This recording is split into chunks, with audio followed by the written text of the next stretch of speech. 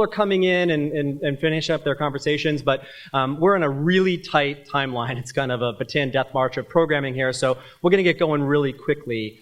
I am the designated organizer among 10 organizations that kind of came together for this conference to organize it. And the idea really sprang from Eric Goldman at Santa Clara Law, who several months ago put together the first Content Moderation at Scale Summit in Santa Clara Law back in Silicon Valley. And given what's happened over the last 16 to 24 months, we felt that it's really imperative to kind of have a more educational type of look under the hood at content moderation practices within different platforms. And that was the kind of goal of this particular event. We're trying not to editorialize what you should think about content moderation, or how much there should be content moderation, or how little, or for what groups and types of content. We wanted to just have folks that come in and actually look under the hood about what they do, how they do it, to provide more understanding. And the 10 organizations that came together to help do this include Santa Clara Law,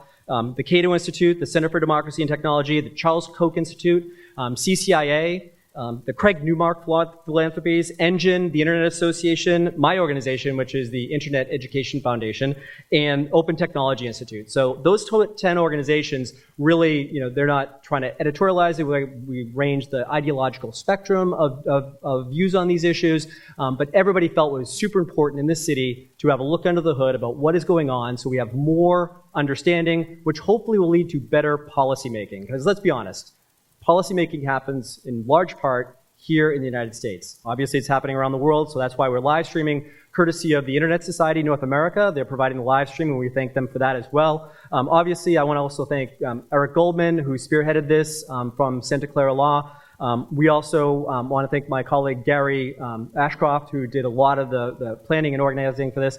But as far as that goes, there's some housekeeping before I get to the first part of the program. The SSID for the Wi-Fi is Como 2018, and the password is Como 2018. It's on the top right-hand corner of your program. There's also a hashtag, Como at Scale, and you can follow. We created an entire Twitter account for this, as well as a Facebook account for this. So we're going to start with some kind of the legal framework that's going to be done by Eric Goldman and Foundry Fellow Tiffany Lee from Yale. And then we'll go into the rest of the Under the Hood program. We'll stop for coffee, another Under the Hood, and then lunch. And then we go through the rest of the afternoon on transparency, law enforcement access. And we finish up today a few blocks away at Barcode, which is a bar down the street. There's directions to it on your program. And it's being co-hosted by the Internet Law and Policy Foundry. So we want to thank the Foundry for doing that. As far as the agenda, if you go to comoatscale.com/agenda, you can have your online agenda there, and you can view some of the speakers' biographies and things like that. So with that, let me hand it off to Tiffany Lee and Eric Goldman to start our first panel.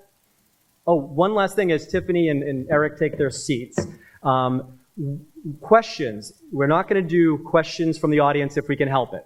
We didn't want to have any gotcha questions or anything like that. So there's an online form. If you go to comoatscale.com/questions, you should be able to submit online questions, and then we'll feed those to the speakers and to the moderators. So if you want to ask a question, sorry, we don't have any mics out there. You're not going to be able to stand up. Go to comoatscale.com/question. Okay?